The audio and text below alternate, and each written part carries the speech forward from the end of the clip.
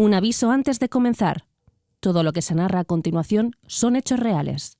En algunos pasajes este podcast puede incluir relatos poco apropiados para oídos sensibles. Este capítulo está dedicado a la memoria de los aficionados sevillistas, miembros de una misma familia, fallecidos en un accidente de tráfico siguiendo a su equipo en un partido contra el Atlético de Madrid el 25 de enero de 2024. Porque 90 años antes, realizando el mismo trayecto para presenciar un encuentro contra el mismo rival, se habían producido las primeras muertes de seguidores futboleros en España. Vaya este brazalete también en su recuerdo y en el de todos los aficionados que han perdido la vida siguiendo a su equipo. Comenzando, como digo, con el desplazamiento en ferrocarril que en febrero de 1934 permitió a centenares de sevillistas celebrar el primer ascenso de su equipo. Un desplazamiento que se transformaría en tragedia. El choque del tren especial 766. Más allá de los focos y la fama, de las victorias y el dinero, el fútbol cuenta también con su lado oscuro. Yo soy Aitor Lagunas y esto es Brazalete Files, de Panenka Podcast y Radio Primavera Sound, con la colaboración de Estrella Damm. Soy Javier Terenti, miembro del área de historia del Sevilla Fútbol Club y he estudiado a fondo este caso. Javier, la primera pregunta que te quiero hacer es si era habitual en el fútbol de los años 30 los desplazamientos masivos de seguidores de equipos de fútbol y en este caso del Sevilla. Bueno, tanto como habitual y en este número de aficionados, desde luego que no lo era. En los años 30 hubo desplazamientos masivos, por ejemplo en el caso del Sevilla Fútbol Club también en la final de Copa del 35, pero hasta la fecha, digamos, el mayor desplazamiento fuera de las fronteras andaluzas para la afición del Sevilla Fútbol Club había sido a Madrid. Estamos hablando de unas 2.000 personas en total las que fueron a presenciar el encuentro. Claro, hablamos de desplazamientos un poco con la mirada de 2024, en la que tenemos trenes de alta velocidad, tenemos aviones, tenemos autovías y autopistas, pero claro, los desplazamientos de los equipos de fútbol en el año 1934 debían de ser bastante penosos. Eran una odisea, una auténtica odisea. Esos viajes en autocar, combinando autocar con camioneta, con tren, con lo que se pudiera. Horas y horas para llegar a Madrid. Y pocos años antes, por ejemplo, el trayecto entre Huelva y Sevilla en tren era de 4 horas y media. Prácticamente el doble de lo que se tarda hoy en ir a Madrid en el AVE. Y, por ejemplo, en el año 34, en el momento del accidente, ¿cuántas horas necesitaría un tren para hacer el trayecto entre la capital andaluza y la española? Yo calculo que mínimo 12 horas tardaba. ¿12 horas? Tengamos en cuenta que el tren iba parando en todos los pueblos para ir recogiendo gente. De allá donde hubiese una estación de ferroviaria, allí paraba el tren. Paraba el tren y subía y bajaba gente. Claro, entonces... Normalmente los trenes además hacían de tren correo, recogían las sacas de correo, las cartas y las iban llevando a las diferentes centrales de Madrid, de Sevilla, para que se fueran repartiendo en Barcelona, en fin. Wow. El tren en aquella época era un suplicio.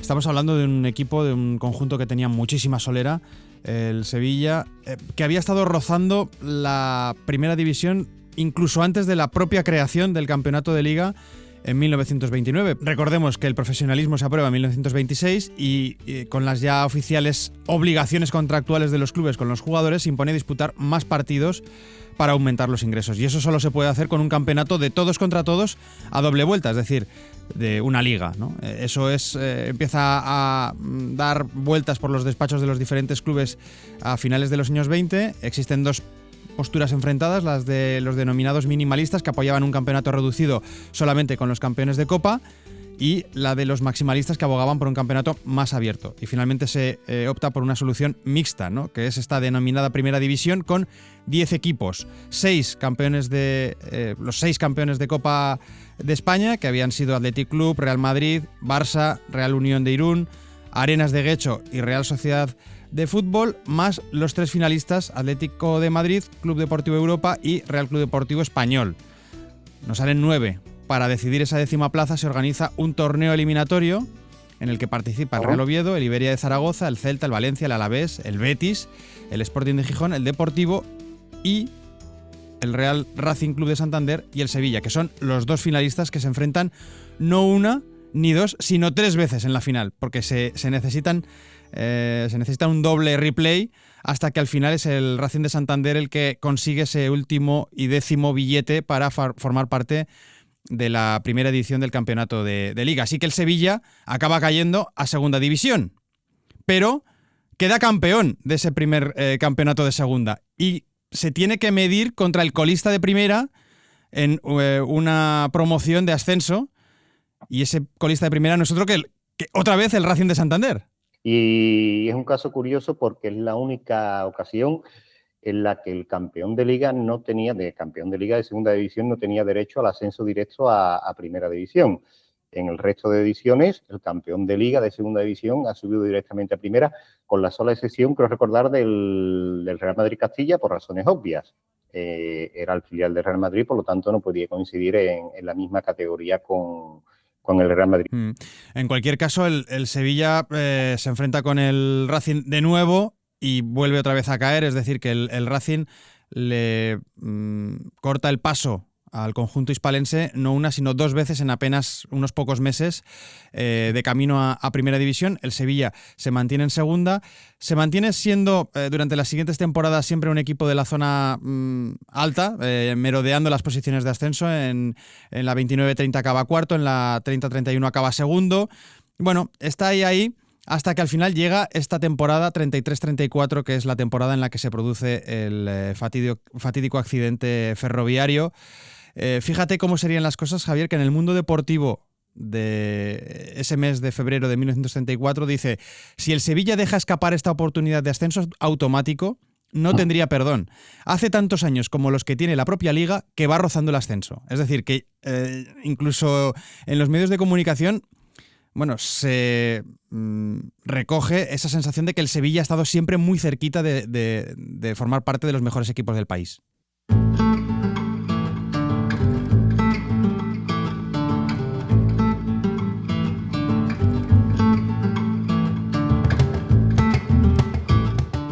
Bueno, pues estamos en la temporada 1933-1934, que es una temporada en segunda división que tiene 2 gallos claros, que son el Sevilla y el Atlético de Madrid, en ese momento Athletic de Madrid.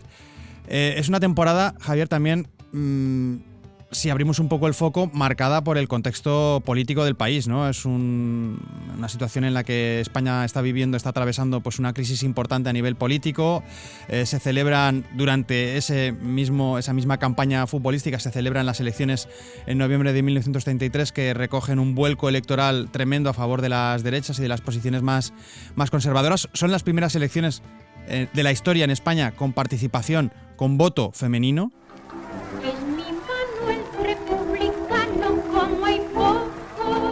Bueno, no sé si esa situación un poco de crisis constante y de tremenda polarización política, fíjate qué palabra tan actual, ¿no?, le quita un poco de foco, de atención mediática, pero también de público al propio fútbol.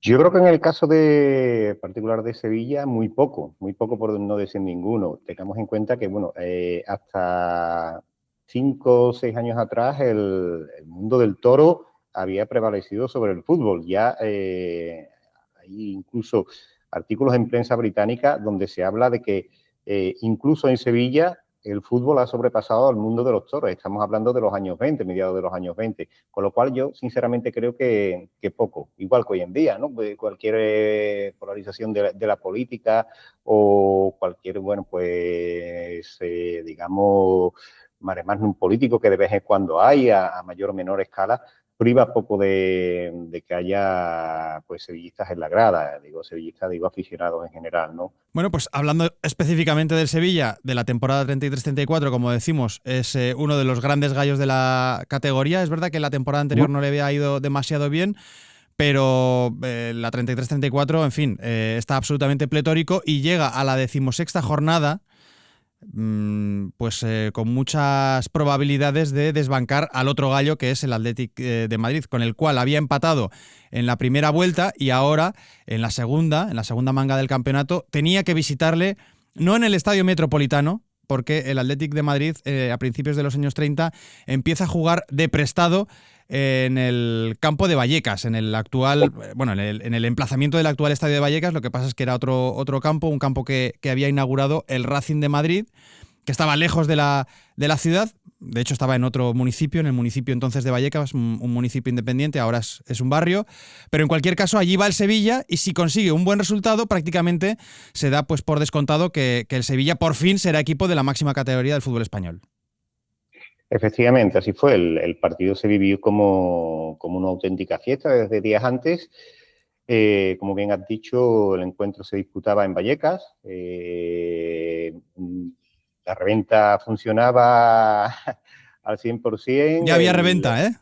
Sí. El Athletic de Madrid, en aquel momento, llamado así, advertía a los aficionados de la existencia de entradas falsas y advertía, pues del hecho de que solamente se adquiriesen las localidades en las taquillas oficiales y en una que se había habilitado en el puente de Vallecas, una taquilla auxiliar, lo que da a entender que la expectación para el encuentro era, desde luego, absolutamente máxima. Y como te comentaba, pues en un kiosco, una taquilla, el mismo kiosco que había en el puente de Vallecas se habilitó como taquilla auxiliar. Era un equipo del Sevilla a las órdenes del entrenador Ramón Encinas, Moncho Encinas, que luego acabaría ganando la Liga una década después, la única liga que tiene el Sevilla Fútbol Club. Pero en ese momento, insisto, entrenaba un equipo que tenía, yo creo que, dos grandes figuras: Eizaguirre bajo palos y Campanal como delantero de referencia, un Campanal que acabará con 27 tantos como máximo goleador de esa temporada en segunda división, y que de hecho, Javi, Campanal juega un partido en la Copa del Mundo de Italia 1934 sin haber debutado en primera división. Porque claro, es jugador del Sevilla, que está todavía en segunda, va convocado con la selección española y juega el replay mítico contra Italia, después de que los italianos forrasen de tortas a los jugadores españoles con el auspicio y el beneplácito de los árbitros, un poco supeditados también, supongo, por estar pitando la Copa del Mundo organizada por el régimen fascista en tiempos de Mussolini. Pero en cualquier caso, Campanal juega aquel partido en Florencia contra Italia, en cuartos de final de la Copa del Mundo, insisto, sin haber todavía debutado en primera división. Sí, Campanal es que hoy por hoy, si tenemos en cuenta todas las competiciones, es decir, Campeonato de Andalucía, aquellos campeonatos mancomunados, regionales, superregionales, Liga de Primera, de Segunda División, Campeonato de España, sería el máximo goleador histórico del Sevilla Fútbol Club todavía a fecha de hoy. Bueno, pues Guillermo Campanal, que en ese momento tenía 22 años, era un jugador todavía joven, todavía pujante, quien espolea, ¿no?, estos ánimos del Sevilla para meterse en primera división. Y como decimos, llega este partido, este encuentro tan decisivo en el campo de Vallecas entre el Sevilla y el Athletic de Madrid.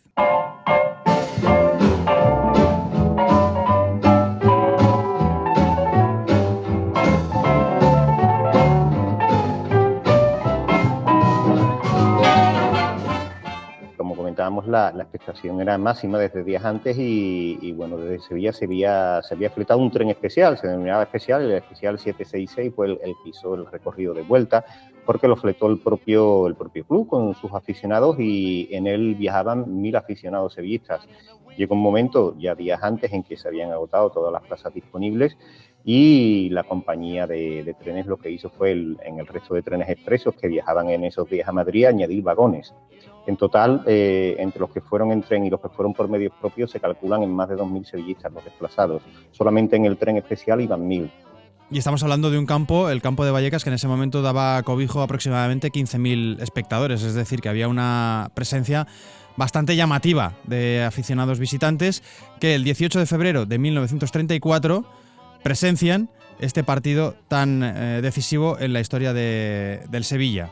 Es un partido que comienza con un gol de Campanal, como no, nada más arrancar la segunda parte. Después hay una expulsión de un jugador del Atlético de Madrid, que es Marín. Efectivamente, se revuelve y agrede a un jugador del Sevilla, a Caro, y bueno, el dominio pues sigue siendo sevillista ya hasta el final del encuentro cuando el Sevilla pues marca el segundo gol a través de Tejada. Fíjate cómo sería el ambiente, Javier, que según, por ejemplo, recoge la crónica del Mundo Deportivo el día siguiente, el lunes 19 de febrero, dice, luego sobrevinieron otros incidentes, lanzándose botellas y naranjas al terreno. En otro recorte, en el diario Ahora, dice el martes 20 de febrero, nos hemos referido a lo que dio lugar a la expulsión de Marín. El público condenó agriamente la actitud del árbitro y en la primera ocasión en que se acercó a la portería del Sevilla, llovió sobre él algo más que apóstrofes. Fueron detenidos algunos jóvenes bárbaros, cogidos en flagrante delito del lanzamiento de la botella. Es decir, que no había todavía hooliganismo ni ultras, pero empezaba a haber ya cierta animadversión hacia el cuerpo arbitral, ¿eh? Sí. Bueno, las crónicas hablan de lanzamientos de almohadillas, piedras, botellas y otro tipo de proyectiles sin especificar. Y bueno, de hecho, el autocar del Sevilla, una vez que abandona el estadio de Vallecas, tiene que ser escoltado por los guardas de asalto hasta su salida de la zona, mientras era apedreado. En total hubo 6, la prensa habla de 7 detenidos, cuando especifica el número, 7 detenidos, y además incide en que 6 eran hombres y 1 era mujer, además de varios reventas. Es decir, se detuvieron a 7 personas por los altercados, 6 hombres y 1 mujer, además de personas que se habían dedicado a la reventa de entrada durante aquel mismo día. Esa misma noche es cuando ya se realiza el regreso hacia Sevilla y supongo que es prácticamente en horas de madrugada cuando se produce el accidente ferroviario. Cuéntanos un poco en qué consistió este accidente.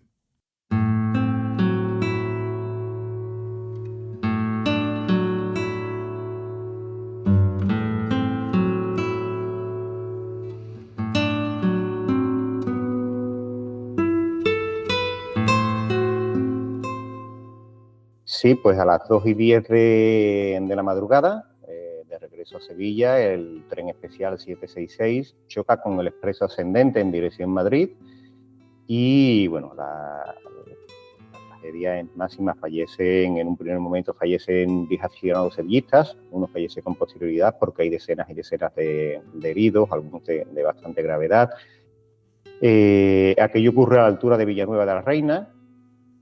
Y bueno, en un primer momento son los propios vecinos los que atienden a los heridos, que bueno, pudieron ser muchos más, igual que la tragedia pudo ser bastante mayor si el guardafrenos, esta persona encargada de estar pendiente del freno de emergencia, ¿no? Bueno, y en las paradas también se encargaba de que no entrara algún polizón normalmente, pero bueno, el guardafrenos que iba a bordo del especial 766 tiró del freno de emergencia.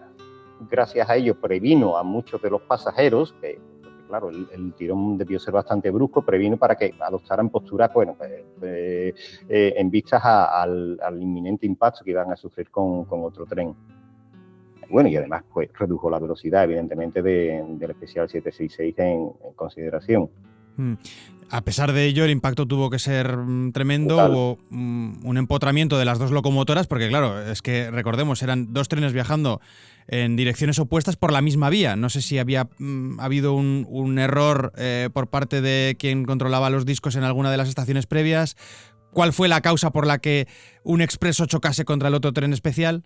Pues la causa concreta no he logrado averiguar, sinceramente, cuál ha sido, cuál fue en su momento, porque no te lo aclaran, los medios no te lo aclaran con exactitud. Lo que sí es cierto que bueno, que el choque efectivamente fue brutal, dantesco, que el guardafrenos hizo bastante para que la catástrofe no fuese a mayores.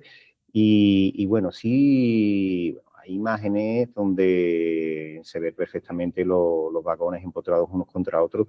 La prensa británica publicó algunas y recientemente, hace unos días, me facilitaban un enlace a través de la Filmoteca Nacional, el visionado de nada, dura unos cuantos segundos, donde se ve efectivamente pues, los vagones unos sobre otros.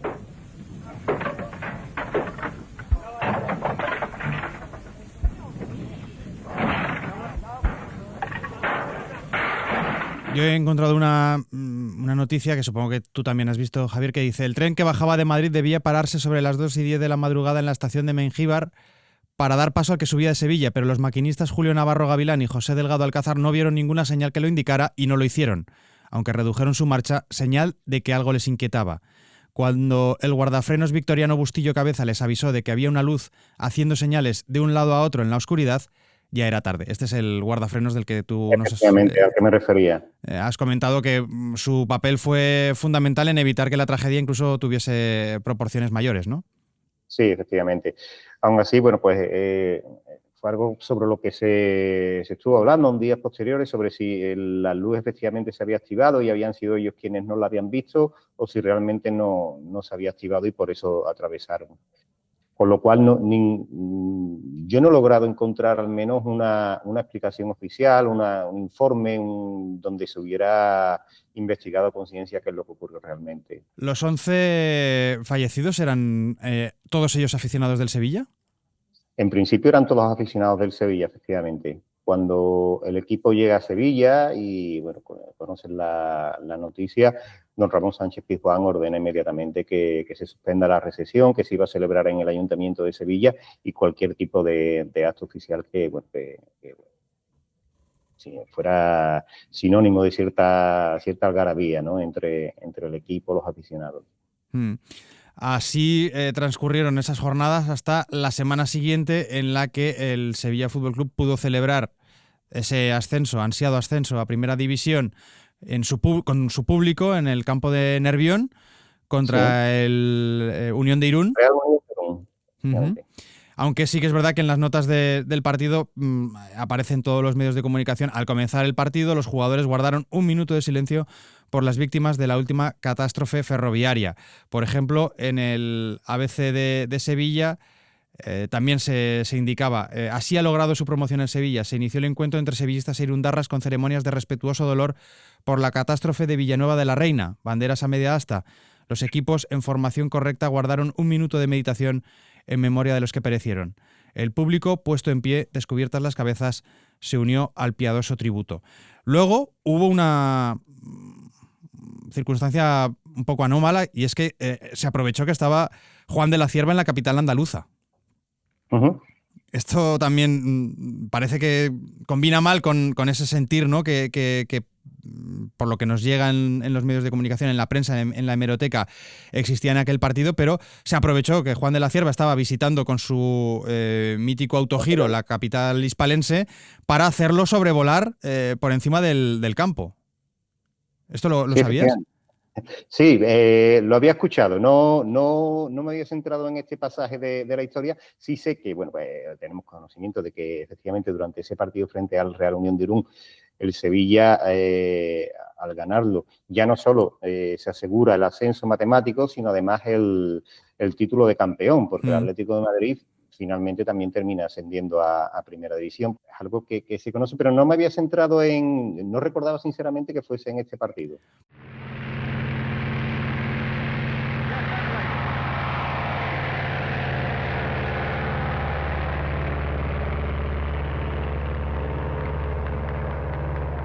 Pues según el ABC de Sevilla del 27 de febrero del 34, es decir, de justo el fin de semana posterior al accidente, recoge que las avionetas del Aeroclub de Andalucía se sumaron al homenaje y hasta el glorioso de la Cierva detuvo su autogiro sobre el campo, aplaudiendo con las palas del rotor a los muchachos de Encinas, quien, requerido por el público, salió al terreno entre Campanal y Eizaguirre, es decir, los dos jugadores a los que ya nos hemos referido un poco como estandartes de este equipo que consigue el primer ascenso de la historia para el Sevilla Fútbol Club, es verdad, en una circunstancia dolorosa como fue este accidente ferroviario, que por cierto, Javier, y ya te dejo, tiene su recuerdo en una ubicación del estadio muy próxima a los vestuarios, porque así lo ha querido, ¿no?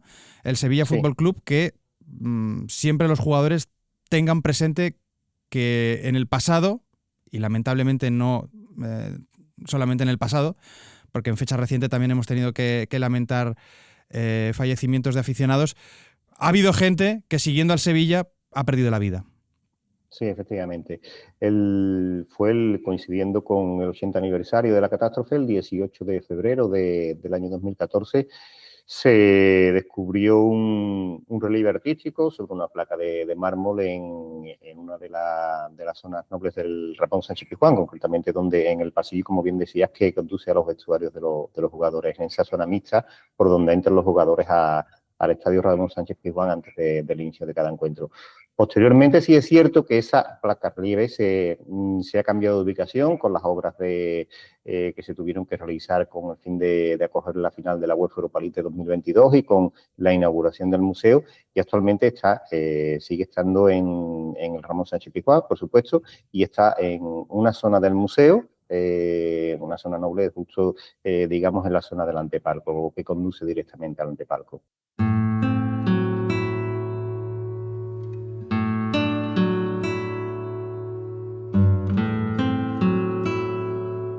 Muy bien, Javier, pues te agradezco esta charla para recordar este accidente ferroviario, a esos 11 fallecidos en 1934 y también el homenaje para los 3 miembros de una misma familia de Morón de la Frontera que perdieron su vida hace escasas semanas siguiendo al Sevilla, también en un viaje a Madrid, también en un enfrentamiento contra el Atlético.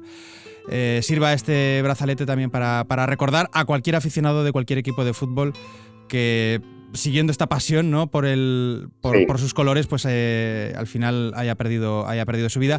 Y déjame también felicitar al Sevilla por su tarea de recuperación histórica, porque tú, Javier, formas parte de un área, de un departamento que probablemente sea nivel Champions en el fútbol español y casi te diría europeo. Te lo agradezco muchísimo.